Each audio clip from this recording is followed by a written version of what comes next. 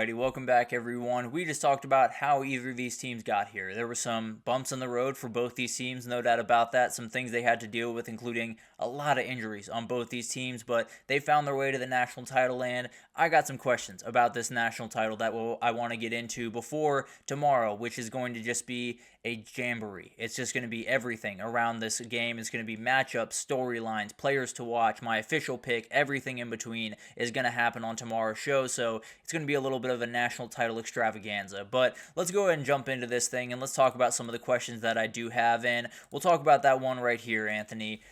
Can Notre Dame handle this guy? Can they control this guy? Can they keep this guy at bay? And the big time question is something that Anthony brought up here is Texas did a great job. They did triple cover him at different times. They did play two safeties over top. They played a safety over top. There were very few times that he was not at least bracketed or at least in the middle of three different guys in zone. He wasn't necessarily, manned up by three guys the same way you saw, I think, Calvin Johnson, that infamous picture. But at the end of the day, he was definitely someone that they keyed in on, and they absolutely tried to hold their own in. And they did a great job. One catch for 3 yards, and Notre Dame's looking at that and saying, how can we replicate that? The issue with that is the philosophy on these two teams are entirely different. And I've talked about this a little bit, but Notre Dame runs about 57% of the snaps out of man coverage.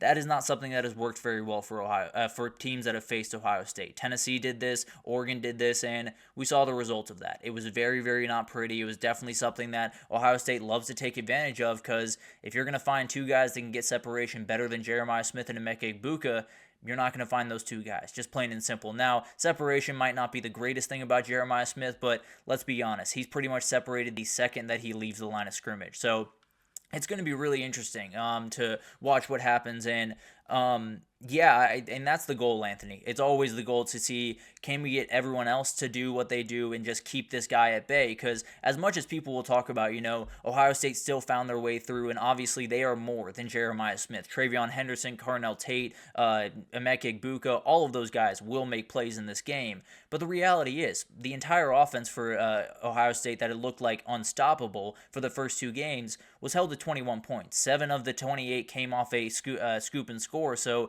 you're looking at this and you're saying 21 points from that offense, and 7 of those points came off a play that is very unlikely to happen in this game, and that screen pass that went for 75 yards. So you're looking at a lot of the different things that so Anthony, you are right. There are some different concepts in there. So it's not necessarily to say that they're going to play a ton of just cover 0, cover 1, and just let these guys run free one-on-one with these guys. But they will lean on it a little bit more often than some other teams have. I do think they will have a little bit more zone concept in this game, but it's not something that they're very comfortable doing, at least in the sense of they're going to drop into a cover 3, just entirely everyone playing in zones. They're going to play a lot of maybe cover 2 man, a lot of different things where you have the safeties over top, but the guys up top are really just playing their man straight up. So that's going to be an interesting battle, and we'll see how much they employ that man coverage on the front end, zone coverage on the back end, and it'll be a chess battle. There's no doubt about that for this one. But Leonard Moore, Christian Gray, they're about as good as it gets when it comes to man coverage.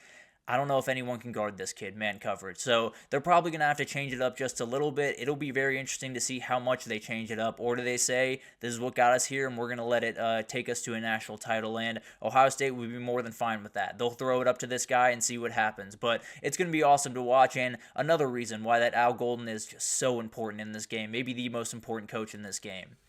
Talking about the coaches, the coaching staff, which one would you take is a big-time question that I have, because I think they're two of the best 3 coaching staffs in the country. I mean, it's absolutely ridiculous what these guys have in both experience, but just in ability and play calling and all the different things. They've been absolutely incredible throughout this year and in their past. But for Ohio State, Ryan Day, Chip Kelly, Jim Knowles, downright incredible. All very experienced, smart guys that are some of the best schemers in the country. Really remarkable group, and obviously they've done an incredible job with this team. Are already uber talented, but the play calling has been downright elite, especially in the CFP. Then Notre Dame, Marcus Freeman, Mike Denbrock, and Al Golden are downright elite as well. I think those are the 2 best play callers you could have in the country on one team. I think it's going to be incredible to watch what these head coaches can do and which one of these head coaches, which one of these staffs lean or get the win in this one. But I'm going to go Notre Dame. I'll be totally honest. I think those coordinating hires are such good guys. I think both of them I'd put in my top 3 in defensive and offensive coordinators right now. I'm going to lean towards Notre Dame. I think they're both elite, and I think Ohio State might have a little bit more of that experience factor, but at the end of the day, I think both these coaches are absolutely incredible. I think Notre Dame just might be that little bit more elite, especially in the play calling department. But going to be incredible to watch these two coaching staffs go at it. And yeah, another big time question is, can those linebackers help out in some way? And not even with Jeremiah Smith, Carnell Tate, and Igbuka, which they will have to do at some point, but also with G. Scott. If you handle G. Scott, if you keep him from making an effect, then you can focus on those guys a little bit more readily. Those linebackers are going to be a huge piece of that, just to take away that counterpunch that Ohio State has really shown. We talked about the coaching staffs. How about the quarterbacks? Which one do you trust more to make big time plays in this game? And this is a very interesting question, because when I was talking about them yesterday, I said Ohio State had the advantage at quarterback. I still very much believe that they have the advantage at quarterback. I think Will Howard is the better quarterback in this battle. Doesn't necessarily mean that you would trust him more, because the reality is he has been a little bit more prone to make mistakes than Riley Leonard has throughout his career. Riley Leonard has a little bit more of that dual threat ability to get out of precarious situations and make some big time plays. There's an argument to be made for Riley Leonard. Now, I will go with Will Howard. I'll be totally honest with you. I am going to go with Will Howard because I do think that Will Howard is just a little bit more able passing the ball downfield. I think he's playing with a ton of confidence. I think his legs will be a factor in this game in some way or another. I do think he's going to be someone to watch, and I just trust him that little bit more. I think both these guys are incredible, and I trust both these guys to win this football game. But at the end of the day, I will lean towards Will Howard. I will lean towards that guy that can throw the ball downfield just a little bit better. And Anthony, I would sign on for that 10 times out of 10. If you can give me overtime games in the semifinal and final every single year, sign me up. That would be downright incredible, and you could very well get in this one. This one could get slogged down, and then you're looking up, and it's 20-20 going into overtime. But the matchups of the game that I want to watch out for, we'll start with that Ohio State pass game against the Notre Dame secondary. We will get into this in more detail tomorrow, of course, but this is very obvious. Xavier Watts, Jalen Shuler, Christian Gray, Leonard Moore against Jeremiah Smith, Emeka Egbuka, Carnell Tate, Brendan Ennis, G. Scott. It is ridiculous, the talent that is going to be going at each other, and as we've talked about, it might just be one-on-one in a couple of these different scenarios. So it's going to be really, really interesting to watch all of this unfold, and it's going to be fascinating to see how they go about business in this game. And Anthony, you make a great point. How is Ohio State going to slow down that three-headed monster? Because it is a big-time task, and that's the other battle that I'm talking about here. The Notre Dame run game against the Ohio State front seven, it's going to be a nightmare to deal with. I'll be totally honest, Anthony. I don't think there's a good way to defend this team. I don't think there's a way to make sure that they don't make plays. What I will say is Penn State did a very good job of eliminating the two running backs, of keeping the traditional run game kind of under wraps. Now, Riley Leonard made plays with his legs, no doubt about that, but I do think if you can kind of plug that middle, make sure that traditional run game is stifled just a little bit, I think Riley Leonard, you're going to say he can make a fair share amount of plays. Also, it does help that you have a guy like Caleb Downs. It does help that you have a guy that the second that guy leaves the pocket, he is flying downhill with bad intentions, and I think he's going to be able to make a lot of plays in the quarterback run game. So I think it's kind of just personnel more than anything else, Anthony. I think there's different ways to scheme this up, and there's different ways to kind of get ready for it, but the reality is you just need to have the dudes. You just need to have the guys in the interior to push around the offensive line for Notre Dame and plug up that interior run, and then you need to have guys like Sonny Styles and Caleb Downs and Cody Simon that can really run down a running quarterback. I think they have both those things. So it's going to come down to execution more than anything else, and we'll see who can execute a little bit better. And then Chip Kelly against Al Golden. It's going to be incredible to watch this unfold, because Al Golden, we talked about it, the man coverage is going to be a huge part of this. How does he kind of work with that? Does Chip Kelly just try to keep them off balance with a lot of different looks? Does it come down to that zone versus man coverage question, or can Al Golden confuse them in different ways? It's going to be fascinating to watch this one unfold, and I definitely do think that Al Golden's going to say, I trust our guys on the outside, but I do also think he's going to try to blitz a little bit more often, try to get to the quarterback a little bit more readily, because obviously you do want to make sure that those guys on the island don't have to guard for 10 seconds on any given play.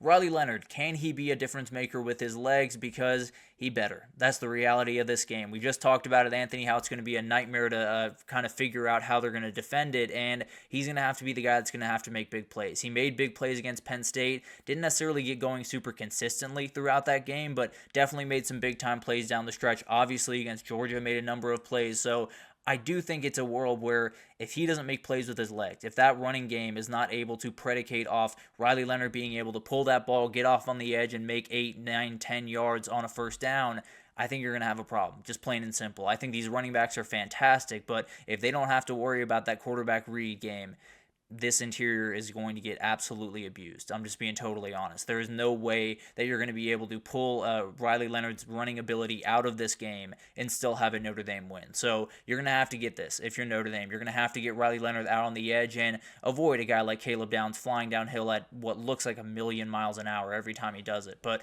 overall, it's going to be awesome to watch what he can do. I do think this has to be a difference maker. So can it be? Notre Dame fans better hope so, because if it's not, then I think you might have a problem on your hands.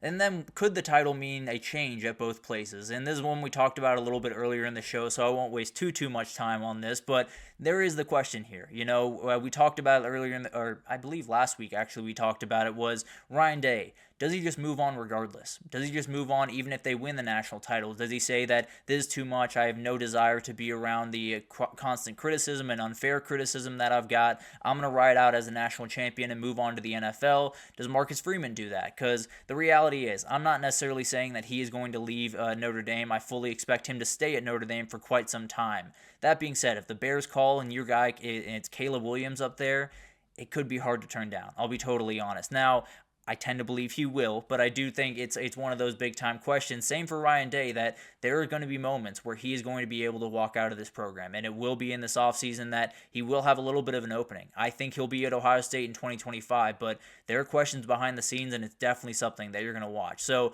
overall, this is a major hypothetical. I think both these coaches will be with their teams in 2025, but I do think if one of those dominoes fall, which it's been talked around both these coaches that they possibly could fall, then you're having a lot of questions, and then you're going into the offseason and thinking, what do these teams look like? What does every team look like with Ohio State or Notre Dame trying to poach a couple of coaches? So a lot of things can happen over the next little bit. The coaching one was more just kind of a thought experiment than anything else. I don't expect that to happen by any respect, but it is going to be awesome to watch this unfold. Tomorrow, it's all national championship stuff. From start to finish, we're going to get into matchups, players to watch, some coaching matchups, different things. We'll get into why I think this might be the best shot Notre Dame and Ohio State has for a while. I'll get into my official pick, what it would mean for these teams to win a national title. Everything around the national title is happening tomorrow, so we'll talk about it in very much depth tomorrow, but that'll do it for this edition of the GSMC College Football Podcast, brought to you by the GSMC Sports Network.